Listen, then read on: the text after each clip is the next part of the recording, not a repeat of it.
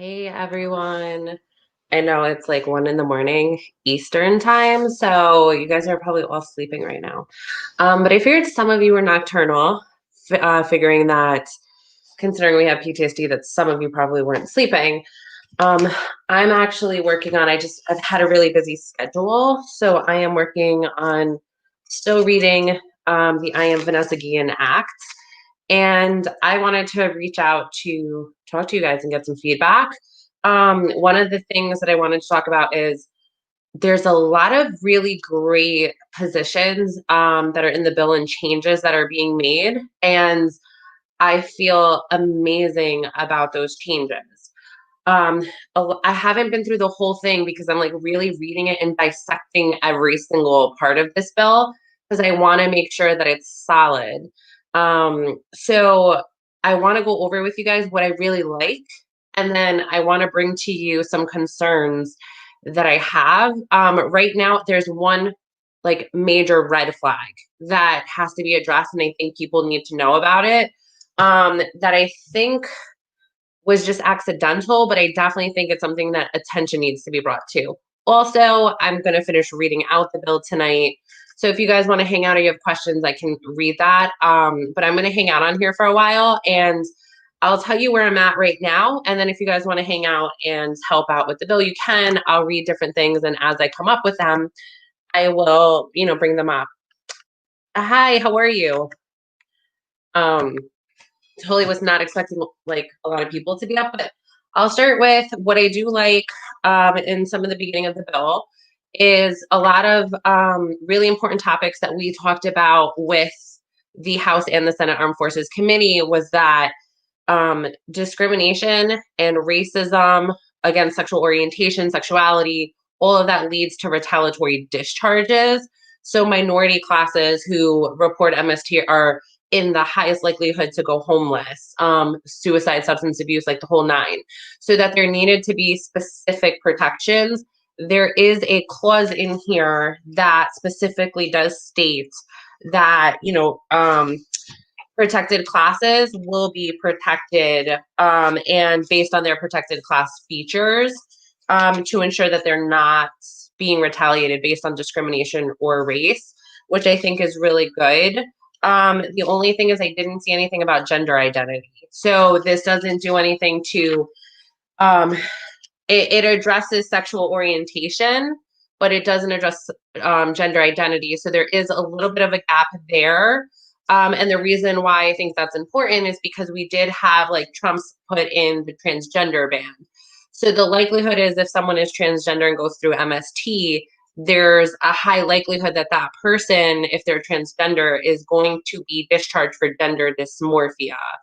A lot of you guys know Royal and you know his story, and that's why I bring this up because there are community members who've had these experiences, who have gone through these things, and this was their outcome. So I just want to be mindful of that we do have, there's certain people in our community who are left out. But I think gender identity specifically needs to be named in here as one of the protected classes, where like race is specifically named, sexual orientation specifically named, but gender identity isn't. So that doesn't do anything to help service members who would be retaliated against for the transgender ban. So that was a pro and a con of something that I think needs to get added, and that's something I definitely want to have a conversation about this week. That's why I'm reading out the bill, and I also want to see what you're thinking here. Hold on. Are you working on adding female to female issues? Can you elaborate a little bit on that? Just because I don't understand what you mean. Like, do you mean female on female MST? Because that technically would be female on female would be like, let's just say two people were homosexual. That's if two people like the same gender, they're homosexual. So are you asking, are there protections for people that are homosexual? I'm just having trouble understanding it. It could just be because it's so late right now and I'm still working that I'm not processing it right. So if you can give me a little bit more clarity on what you're asking, what I think it is based on homosexuality, sexual orientation is protected. It would be someone who's transitioning is not protected under gender identity. So sexuality has to do with who you're attracted to, and gender identity is like how you're born, the gender you're born with versus the gender you want to be. So sexual orientation is protected in here. Transgender individuals are not. They're not named as a protected class on here. I have a feeling that is because of the transgender ban. So what I'm hoping is that this could be a catalyst for overturning the transgender ban. So MST survivors who are transitioning, like someone we have in our community that you guys have seen in perspectives, Royal would be protected, right? And that's another way to discriminate and retaliate against a protected class. And in this case, because what happened with Donald Trump, transgender individuals in the military are not protected. So I think that's a really important talking point that needs to get added. I have issues sleeping, and if I sleep during the day, I have nightmares as well. I only take something at night, so kind of frustrating during the day if I fall asleep. I mean, I have nightmares and trouble sleeping, and my sleep cycle is totally crazy. That's the world of PTSD, and I've learned to accept some of it, and I've learned to get better at some of it. Like, I'm really big into aromatherapy. I'm really big into listening to sounds at night. I like listening to Tibetan bowls in the rain, and I really like listening to the Native American flutes at night with thunder and lightning. I don't know why, but those are my jams at night, and I do that a lot of meditation. So, sleep is a whole like ritual routine for me. Um, so I can understand your frustration. Or male on female issues. Male on female issues would be taken care of under like this bill. Like there's the way the bill is structured. Okay, so this question brings me to another point that concerns me. In the bill, one of the things that I thought that was really good is that when an investigator receives a report, they have to investigate within 72 days. At a minimum, they have to ignite and start a investigation, which is great. One of the things that I particularly am concerned about that we suggested was that we defined formal complaints in two categories. In here, formal complaints are only defined in one category. So that's one issue. One of the things is, so I learned about this in finance, right? About human behavior. And when FINRA specifically, which is a finance industry regulatory authority, me as a trader, if someone had a complaint, FINRA would have to receive the complaint from me within 72 hours. That was someone who was trading in the market, someone who had deadlines through 9 to 4 every day, who got paid to work the markets, right? Like not per hour. So the thing is, like that kind of job is super strenuous, especially when you have timelines to get things done. And for the investigation piece, the way that this is designed is that formal complaints are only in writing. They're not including oral complaints in here, and oral complaints should be added.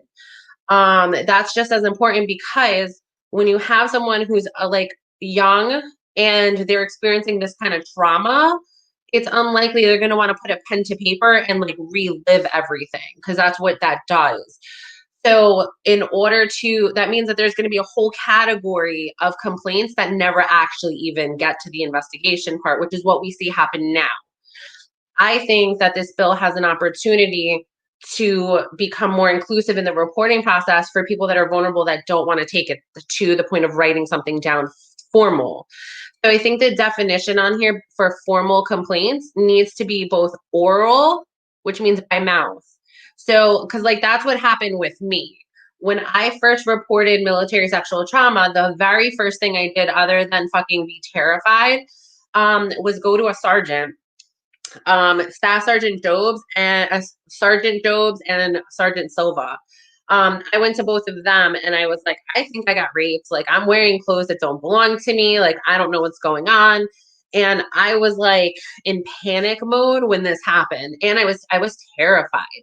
So someone like me who was like in this, like not only shock, but humiliation, I was traumatized. Think of a deer in headlights that's like I was like that. So for me, somebody putting in an oral complaint is helpful, right? Because then I had to go to the hospital. Like, then I was thinking about suicide. Like, it's an overwhelming situation because you're dealing with sexual violence. So I think oral complaints, it's extremely important to put that in the bill, because oral complaints, if I'm someone young and I'm coming forward with something and I'm traumatized and I'm scared, I'm probably going to go to the person I trust the most.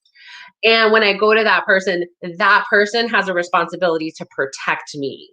So I think to really solidify the reporting process, expanding formal complaints to include oral complaints as well. But one of the things that I learned in finance was that when people feel vulnerable, they generally use like keywords or trigger words is what we call them in finance. Trigger words that trigger an oral complaint, which is still considered a formal complaint via FINRA in finance. So it's 100% doable in this bill to amend that to expand and make sure that oral complaints are factored in to this bill.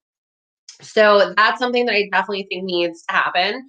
And also, when those complaints come in, whether they're oral or written, the person who receives the complaints, the way they wrote it in here was forward the complaint as soon as possible, as soon as practical, basically, whenever it's practical to forward the complaint, then you forward it to an investigator.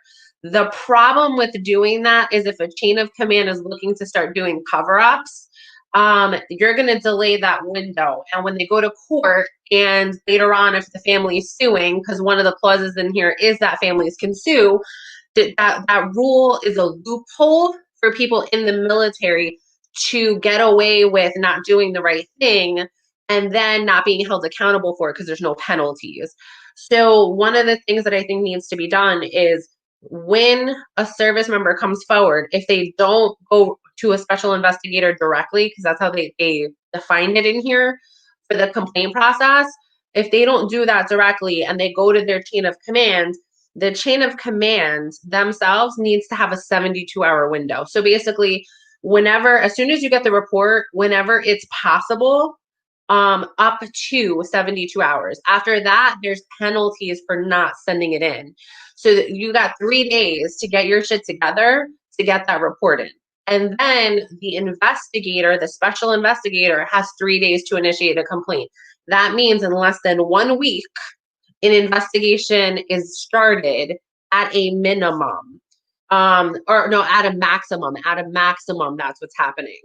And what that does is that it starts saying, okay, the efficiency level should be within 24 hours. Because like something they would do with us in finance is like, yeah, we have that 72-hour window, but we would also have to explain why we were sending it into our bosses on day 3 and not on day 1.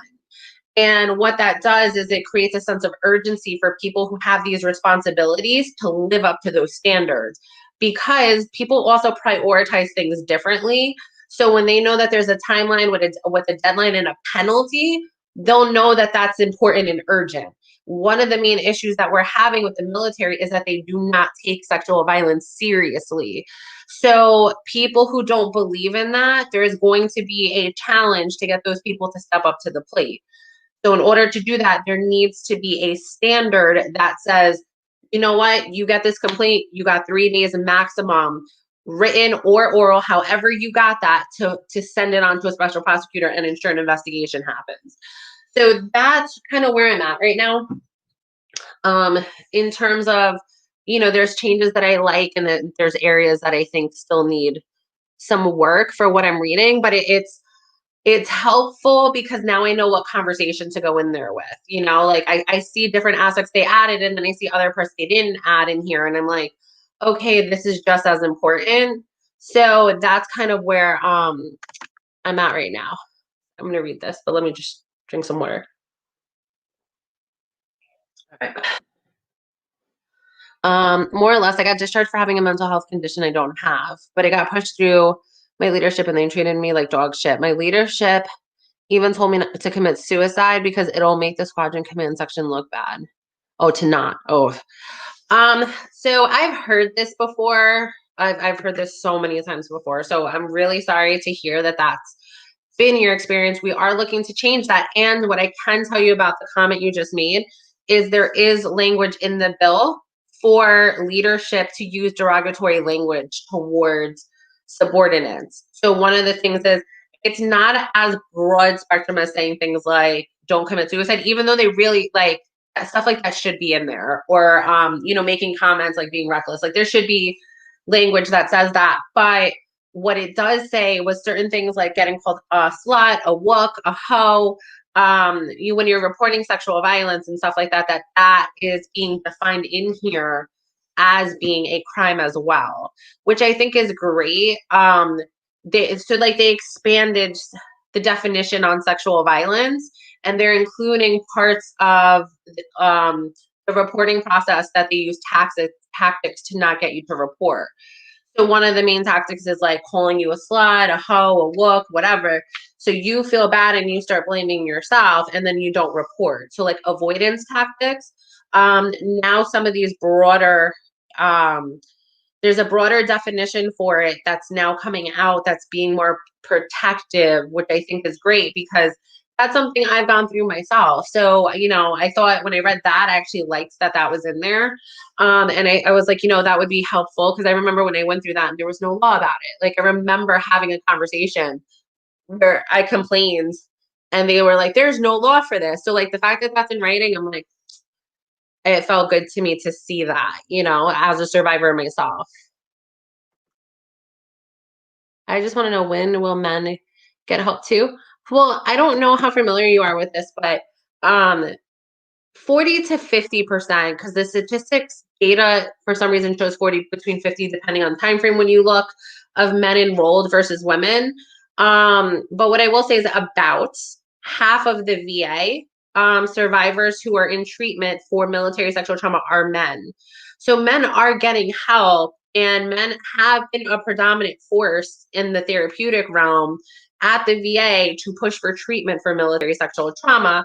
So men are getting help. I don't know your situation or if you're going to the VA, but I've been going there for MST treatment for like 3 years now. So it feels like forever. I feel like I literally have a college degree in therapy at this point. And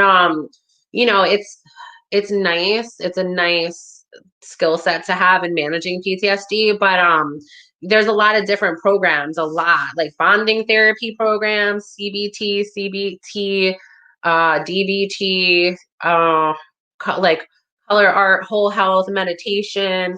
What is it? Everything, yoga. Like there's so many programs you could do at the VA, and I've done almost all of them. Definitely have to say that. So there is help for men. It's out there. You just go to the VA and register and get involved. Like that's literally all you have to do. So I hope that helps. Police came to my house and said my dog was chasing.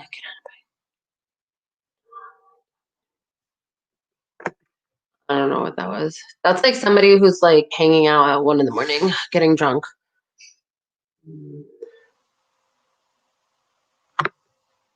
Well, then there's some more questions.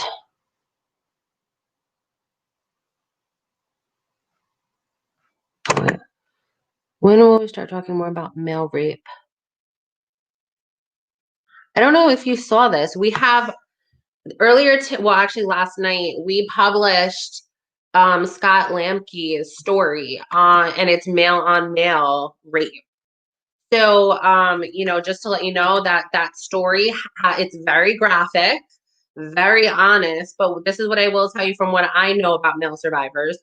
Most of the time, every story that I have ever heard from a male survivor, and I have heard hundreds at this point, is every single one I have ever heard has been with guys who were drinking and got roofied. That has or blacked out drunk. Those are always the stories that I hear, and the stories are graphic. Scott Lamke's story like encompasses a lot of what I see in the patterns that I hear when men tell their stories. That post is a couple posts down from this one. So if you're thinking no one's talking about like male on male, we have 3 different male recent stories. We have podcasts with men in it. We have 2 podcasts with 2 different men telling their stories. We have 3 perspectives with 3 different men telling their stories. So we do have representation in you know, 2 of them are full male on male, like stories that are graphic. So, um, if you're thinking there's no one out there, there's no one telling the stories, we definitely are. Check out our perspectives piece. Perspectives is rated M, mature. So that's something you have to consider before reading that publication. That's all I want to tell you for that. But, um, that's what you need to know for that.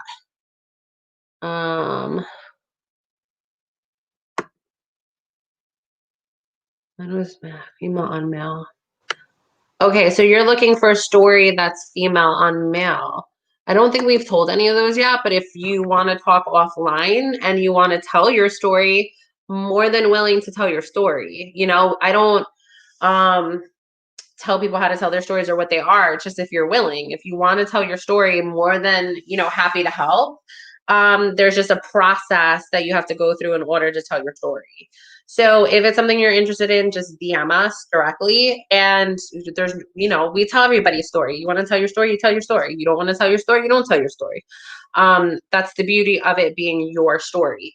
So, but I would love to have that. I'd love to have that as a perspective. I think that would be great. And, Jacob, if that's something that you want to do, I'd love to hear your story. I would love to host a conversation and hear what that is like, for you.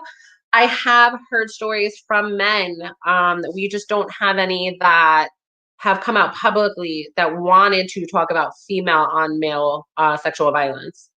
So, if you want to come out publicly with it, more than happy to facilitate that.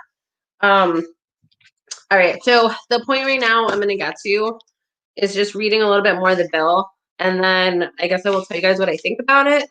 I'm about halfway done right now. So I don't know that I'll stay on here the whole time to do this tonight because I got to still take a break. But it's just there's a lot in here. So I'm trying to take piece by piece to really analyze it and think about it. I wanted to share with you guys some of where I'm at with it and to share openly, like, what are some of the thoughts that I'm having as someone who's gone through MST and what I'm thinking about as someone who's like piecing this legislation together, who's been involved in this fight, for the last couple years, and also like someone who's constructed bills before, who, I'm looking at it from so many different perspectives of like, how do we turn this into a win? How do we turn this into a true and meaningful legacy that's very powerful, that creates the change that's very, much needed, so no one has to wait for justice anymore. Like, that this is really taking on a beautiful change and a beautiful life and something that we can all be proud of. So that's why I wanted to share a lot of this with you, because you're all very much involved in this process. You all have been on this journey with us through the ups and the downs, the left and the rights, the diagonals. Like, it's been a journey for all of us that have been involved. So to, be able to contribute in this way and host a dialogue and get feedback, it's something more, it's just something really great to be able to, be a part of a community and just have these conversations of, here's some wins that I see for us, and here's some shortfalls that I see that I think we can convert over into wins. I don't think we have to settle. And I also don't think we have to settle for loopholes that could be harmful to the next generation. I think, we solidify this bill and make it a solid piece, and really create the legacy that Vanessa deserves. And, putting in the time to do that is worth it. However, the timeline's really short and we have meetings on Tuesday. So we really only have today to dissect this, before everything has to be knowledgeable, know what I'm doing and talking about it, and bring the message forward. So I wanted to just share some of where I'm at right now with it.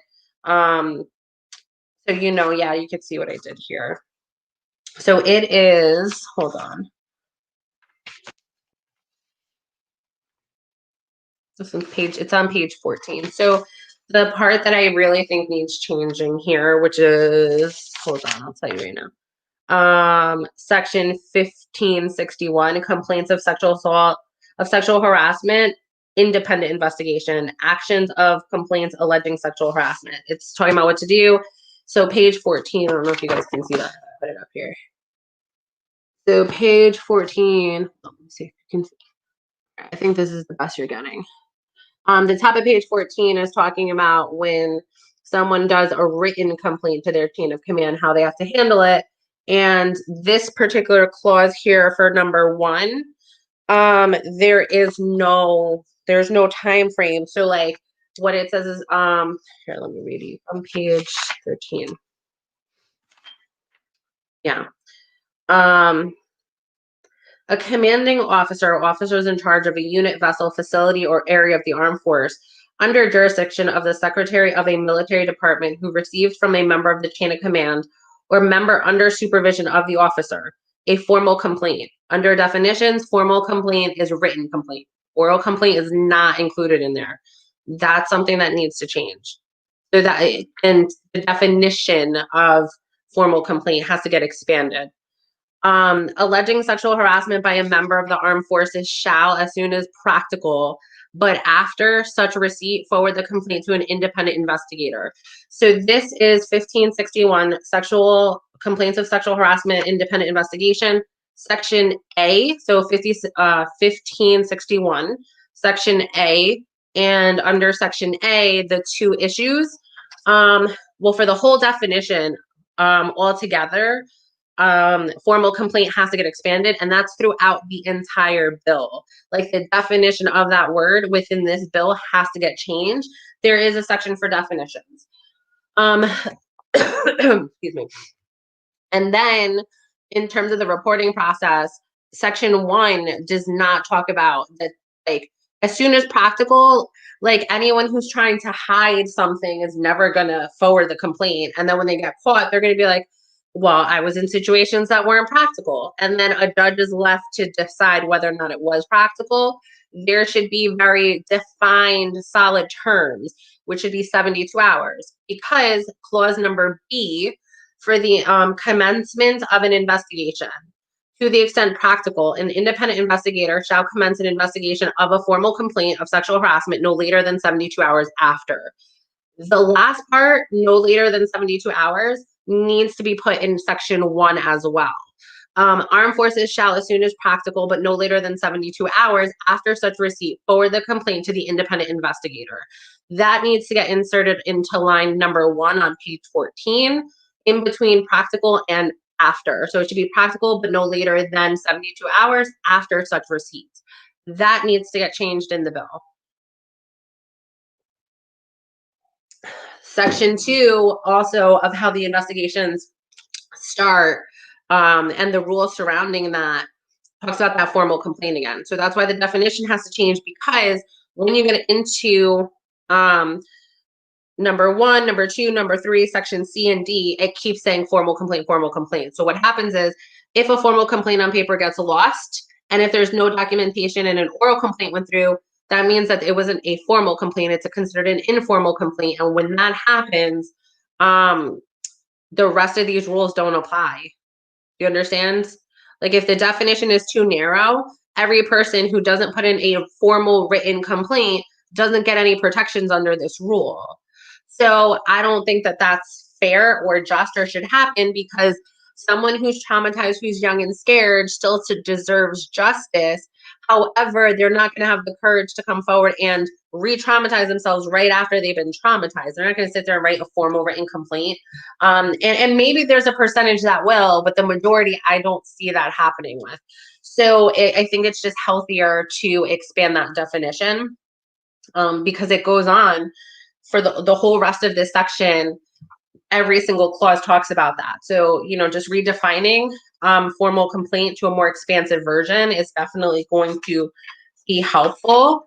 One of the other things that I noticed on here was that the investigation is supposed to finish after 14 days, and the commanding officer in the chain of command is going to have to report within 20 days. So then that's when the reporting officer needs to know about it and receive an entire complaint within 20 days.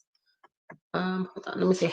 Have you addressed filing complaints in a war zone? Myself and two others filed. So we established that under Mira, but I haven't gotten to that in the bill yet. So Jackie, if you want to DM the movement that question, I'll work with our social media team, and then when I get a chance tomorrow, I can better answer that. Or what I'll do is when I get to that point, I'll take some notes, and then I can come back on live tomorrow night, and I can answer that for you. It's just because I've had that conversation, and we had this conversation with Congress. I don't know what part of what we said is implemented, and I don't know if anything we said is implemented. I don't want to give you an answer that's not accurate to the paperwork. So because of that, if you can DM the movement your question and just say that you would like to know about this and if it's in the bill, I'll take notes tomorrow morning when I start looking at it again, and I will get back on and answer your question, because I'm sure what you're thinking, other people are thinking also. And it is a really great, strong, and valid question that I think people probably really want to know about the bill, because it's definitely not spoken about on like the news as much as it should be. And I really doubt people are, I really doubt anyone's reading this like into it the way that, a survivor is going to read it. So, yeah, let me know, and I will be more than happy to answer that question for you tomorrow. And I just don't, I don't know that you guys want to go through all this with me tonight. You know what I mean? So if, just for the sake of time that it's 1:30 in the morning, I'll do another live before Tuesday. So that way everyone knows the conversation, that it's transparent, the conversation I'm looking to have on Tuesday. And that way you guys know that. Yeah, so that's why I said if it's a question you guys have, or like, you're going through that too, direct message us, and then that way tomorrow I know whose question to answer. And if you've had similar experiences that are important to you, that's fine. Or do you guys want to do this? Do you want to stay on here with me while I read the rest of the bill? And when I get to that point, I'll tell you. I could do either one. I just don't know how late you guys want to stay up. So I'll let you choose what you want to do in the meantime, and then just write it to me, and I'll decide from there. In the meantime, I'm going to answer or go down some of the other stuff that I did read already, until we figure that out. Okay, so the way the investigation is going to go is that after 72 hours of a special investigator receiving it, they have to start an investigation. So 3 days after they receive it. Okay, the way it stands right now is the chain of command does not have a reporting deadline, and that's what needs to change, because that's the loophole in the bill that allows people in power to do bad things because they don't have a deadline. So keep that in mind. But when the special investigator gets it, the investigator has to start doing an investigation within 72 hours after the investigator receives it. Now, when that happens, they have 14 days to complete the investigation, 14 days, 2 weeks. And then they have to bring it to the officer. And then from there, whatever other actions are decided, and if it's going to go to like court martial and things like that, then every 14 days until the remainder of completion of the investigation, if it's starting to lead somewhere, then every 14 days a report has to be given to the commanding officer in the chain of command. Which I also like. Here's the other thing that I think is interesting. So what happens if the commanding officer or one of the higher commanding officers is someone who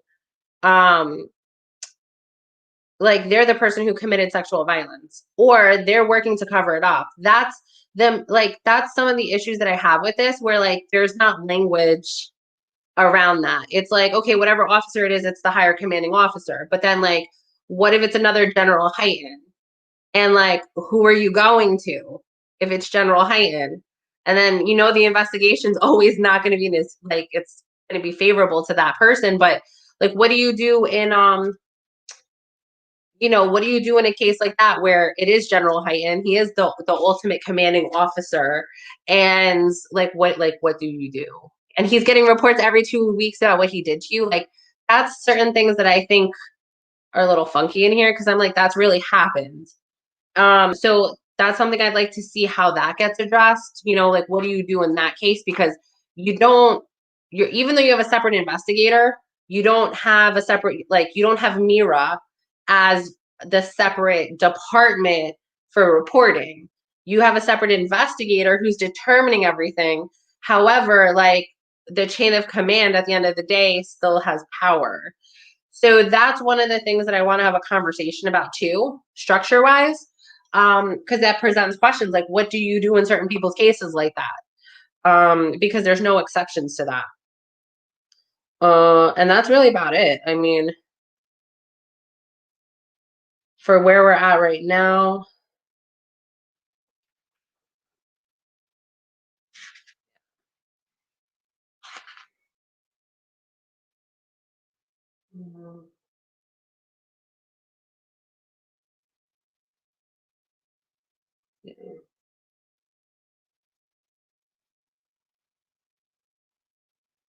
And the other thing is, like, there's another section on here on page 16, and under the effective date that these changes are going to go in. So like, all these changes in this section for the investigation, how it's going to operate, it says it's going to take effect 2 years after the date of enactment of the act. So that's the other thing, is like, okay, it's going to take 2 years to move to an independent investigator. Like, that's one of the other questions I have. Like, why is it going to take 2 years to do that specifically? You know what I mean? Like, you already have NCIS, you already have all these places that still are considered independent, and I don't know how that's really going to change. But those are my main things for right now. I looked at the Coast Guard. I know that that was one of the things before, because there's a lot of exceptions in here for the Coast Guard. So like, the Coast Guard's only covered in this bill when the Coast Guard is working in service under the Navy. So what, some of you had told me about who are in the Coast Guard was that the Coast Guard is considered a Department of Homeland Security, like ICE is. That the Department of Homeland Security, and it's not actually under the branches, which I did not know, by the way. I thought it was like the Marine Corps, like a Department of the Navy. So apparently the Department of Homeland Security has this agreement with the Department of the Navy, and like, when the Navy needs to borrow their people, the Navy then takes over. And when that happens, that is when they go into jurisdiction under here and under the UCMJ. If they're not in service under the Navy and they're under the Department of Homeland Security, this bill has nothing to do with people in the Coast Guard unless they're under jurisdiction of the Navy. The language specifically says that. So, however, I did read, some of you sent me an article that did show that there is specific policies under the Department of Homeland Security for reporting sexual violence and how that's handled. I know it's pretty new, and I don't know how effective that is in that legislation, but that was something that you guys brought to me that's brand new, for me, that I still need to educate myself on. So I need to learn more about that legislation, finish looking at this legislation, and really seeing where everything fits in. But that's like a quick update as to where I am right now with everything. I'm going to catch up with you guys tomorrow. And what I'll do is I will get back to some of your questions. If anything comes up in, the next like 8 hours. No, like within the next, I'm not coming back on here one tomorrow. Let's do like tomorrow night, maybe around like 7. And we can go over the remainder of like the bill and maybe some other stuff and some of your questions, and then I'll have some better answers tomorrow. And then hopefully by then we'll come up with everything we need to come up with for myself and some others at MSTM for what we're going to be doing on Tuesday. All right, everyone, have a good night. Take care.